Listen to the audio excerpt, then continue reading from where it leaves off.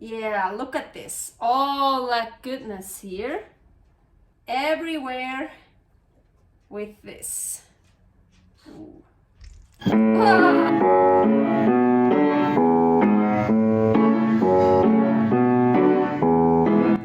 Carnivore Girl's Creative Carnivore Kitchen. No plants, no dairy. The next level cooking show. Carnivore recipes with meat, fish, seafood, eggs, gelatin, flavored seltzer, water, and salt. From super easy to complicated. From quickly done to many hours in the kitchen. I always say everybody's body and brain are different, and you gotta figure out what works best for you. The carnivore lifestyle has tremendous benefits, healing effects, and is the best elimination diet. There are many different ways how to do carnivore. I found a way that momentarily works the best for me. In this cooking show, I'll show you it doesn't have to be boring and can be very creative, delicious, and fun. I already created so many carnivore recipes on Instagram at karnivorgirl, and I have this never-ending list on my phone with tons of ideas. My brain is a gift and a curse. Have fun with this episode! Welcome to my Creative Carnivore Kitchen. Today I want to make a roasted chicken, what I call high-low roasted chicken. Because sometimes those chickens can be tough. And well, last time I did it that way, it wasn't tough at all. Even Paul said, wow, that was good. So I think I found out a way to untoughen it. So I'm gonna put lots of salt on it. Oh, I washed the chicken inside out. Now I'm just gonna put salt on it, lots of salt everywhere.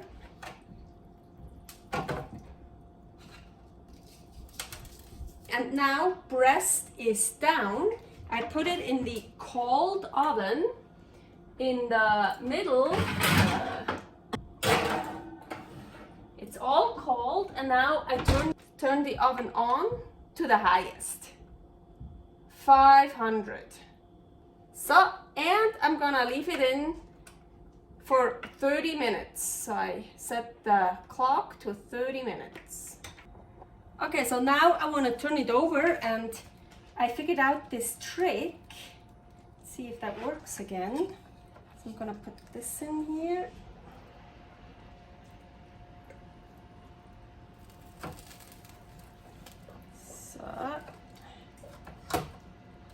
It's not that hot yet, actually. So, turn it over. Now I want to pour seltzer water over it. I'm gonna use this here, cranberry flavor. Ooh, yeah, that sounds good. So, I'm gonna use 1 can. I'm gonna put it back into the oven.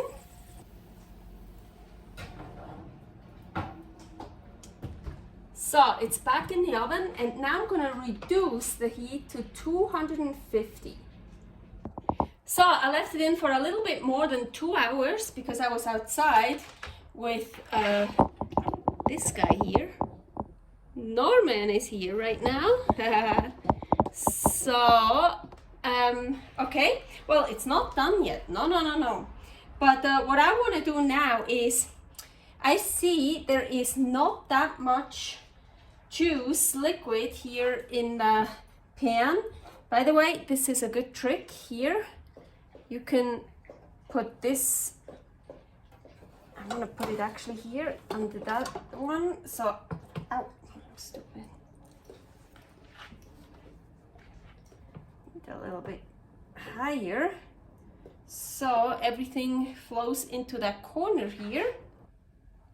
So, but as I said, I don't have that much juice here, so I have another can here. I can add, you know what, yeah, let's add a little bit more. Just gonna pour a little bit more over it. That's enough, I feel, yeah. And so Paul bought me this new syringe. Look at this, so cool. I never used that before, so I want to use that now. Let's see, because I want,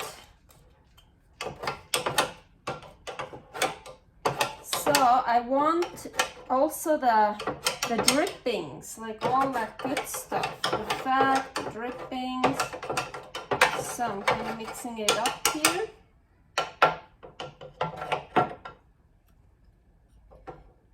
Let's see what I get in here. Ooh. Yeah, look at this, all that goodness here.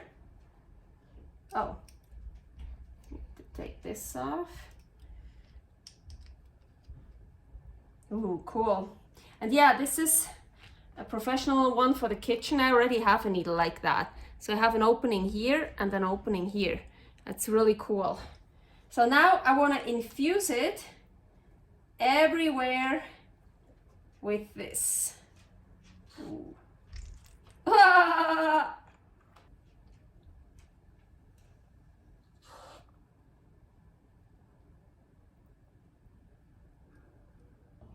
Oh, and I almost forgot to do that. So while I'm infusing it everywhere, I'm gonna raise the temperature again to the highest, to 500. So all the way up. And now I basically just keep infusing it until it's preheated.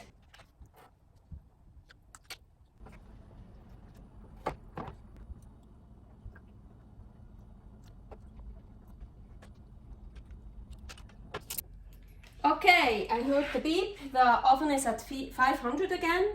And so now I have it pressed down again because I don't think there is that much color here on the back side. So I will put it backside up in. And now basically I want to leave it in until the internal temperature is 165. Oh yeah, this side looks much better now. So I'm gonna turn it.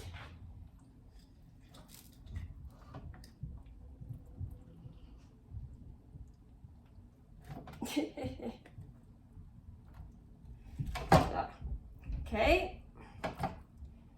So now I'm gonna put it back in. Well, I could put that one here in it and put that in the oven and then kind of look through the window and see how far it is, but I very rarely use that one. I like that one here better. It's more accurate. I like accurate things. You go in the breast, kind of where it's the highest. Well, of course it's not done yet, and you usually do it right after you take it out. You don't wait because it cools down. But so I want to put it in on this side now anyways. So I left it in 10 minutes on the other side. So probably another 10 minutes, let's see. So I left it in 10 minutes on the other side and 12 minutes on this side, and it looks great. It looks done. Because last time I did it this way, because then it didn't get that nice color.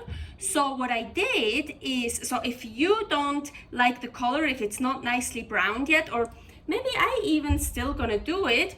So I turn the oven off, and I set it on broil high, and then I just put it underneath the broiler for 2 minutes. But this, to me, that looks actually really good. It looks done. I could leave it like that, but I'm gonna try to do this side a little bit. So let's put it in this way, and probably just 1 minute. Ooh yeah, look what just 1 minute under the broiler did. Now it's nice. And I also put the rack one higher up so it was closer to the broiler. So yeah, to the heating element. I think that's good. Yep.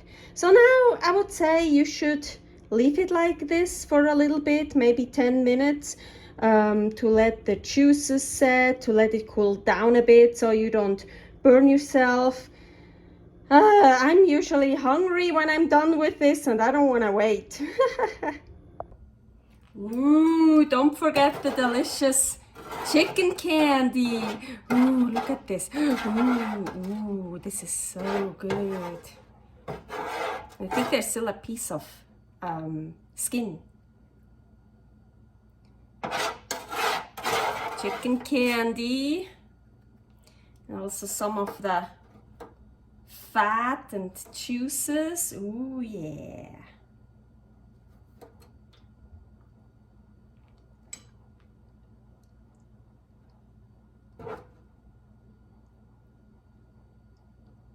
So, I'm wearing white pants for some stupid reasons, so I'm gonna cover up.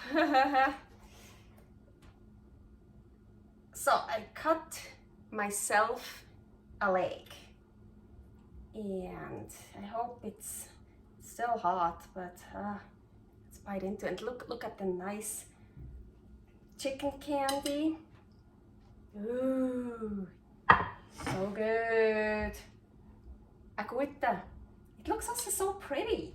So look at this. It looks so pretty with the juice. You could think like, oh, there's like a sauce on it, but no. Agüita.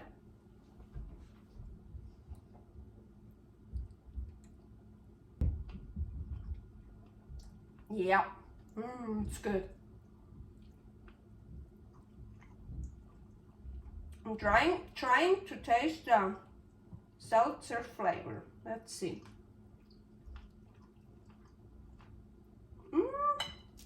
Maybe.